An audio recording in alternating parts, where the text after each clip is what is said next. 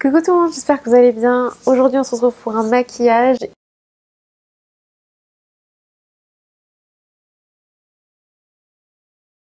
Très automnal. Je vais commencer par le teint. J'ai déjà fait mes sourcils puisque je les fais toujours de la même façon en ce moment. Et je vous ai déjà fait une vidéo dessus. Donc on va pas perdre de temps là-dessus. Comme à chaque fois aussi, j'ai déjà nourri, hydraté ma peau. Donc je peux directement passer à mon maquillage.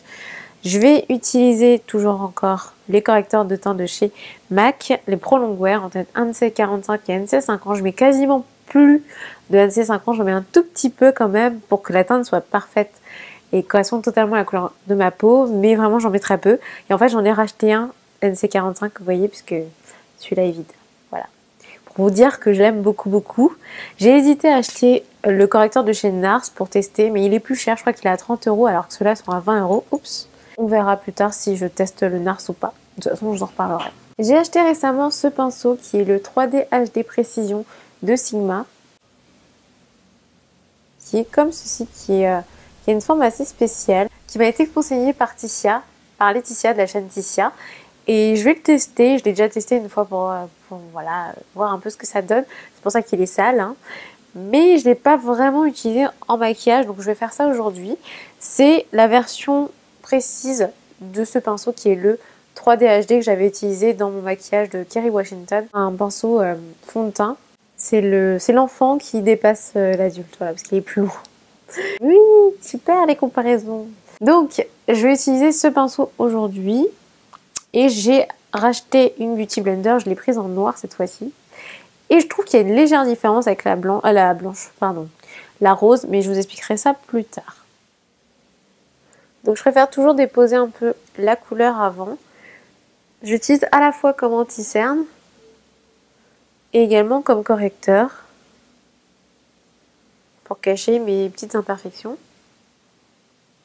Je vais commencer avec le pinceau. Je pense que je vais certainement finir à la Beauty Blender.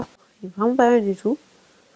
Qui permet d'estomper en conservant un maximum de couvrance. Donc je pense que si par exemple vous avez un fond de teint avant que vous appliquez votre correcteur par-dessus, ce sera pas mal parce qu'il évitera de déplacer en plus votre fond de teint. Et il permet bien d'aller dans les coins, ça c'est nickel. Vraiment bien sous l'œil, sans aucune difficulté. Il est top. Donc merci beaucoup Ticia. D'ailleurs j'ai vu Ticia à la soirée de clôture du Make-up Challenge par The Beautist et c'était trop cool de la rencontrer parce que elle est trop marrante, elle est trop sympa en plus. Et je vais passer un trop bon moment avec elle, donc j'espère que je pourrai la revoir bientôt parce qu'elle habite à Lille. Comme Maëva d'ailleurs. Ah, arrêtez tout d'habiter à Lille. Hop. Donc j'en mets également sur la paupière pour unifier avec ma nouvelle Beauty Blender noire. Et je trouve qu'elle est légèrement différente de la rose parce que je trouve qu'elle déplace un peu plus la matière. Et je trouve que du coup elle est meilleure en finition que la rose. Je pensais vraiment que c'était la même chose, qu'ils avaient juste changé la couleur, mais personnellement je remarque une différence. Maintenant je vais prendre ma poudre de finition transparente Cannes pour matifier et fixer mon correcteur. Je vais pas en mettre beaucoup hein, pour éviter d'avoir un effet blanc. Je vais faire mon petit contouring avec ma poudre de chez Couleur Caramel, toujours la même. Et je vais mettre un petit peu de blush. Je vais mettre le Fever Matte de chez MAC, qui est une sorte de prune mat. Ça va être très subtil. Et je termine le teint avec mon enlumineur, mon highlighter, qui est celui-ci, le Gold Deposit de chez MAC.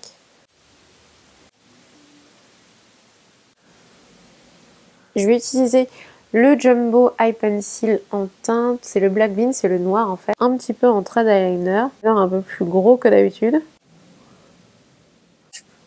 Et je ne dépasse pas pour l'instant ma paupière. Donc vous, si vous avez une paupière mobile plus large que la mienne, vous pouvez remonter un petit peu plus.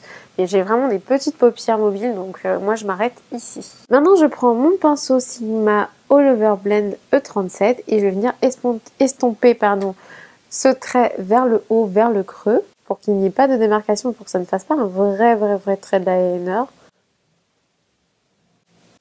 Il faut l'estomper assez vite parce que sinon, il a tendance à sécher rapidement. L'avantage, c'est que je trouve qu'il tient vraiment bien. pouvez en plus, si vous voulez être sûr que ça tienne toute la journée, utiliser une base comme la base à paupières de chez Nars en dessous. Et je vais maintenant juste en réappliquer au ras des cils, pour le coup comme un vrai liner, pour intensifier un petit peu plus la couleur. Je vais prendre maintenant mon fard à paupières marron ici, légèrement irisé, de ma palette 37 chocolatée de Alverde. Si vous avez un fard équivalent, n'hésitez pas à le choisir. Vous pouvez très bien prendre aussi un fard mat, mais je trouve que le rendu est sympa avec celui-ci. Et je vais venir l'appliquer en creux de paupière, mais alors vraiment très légèrement.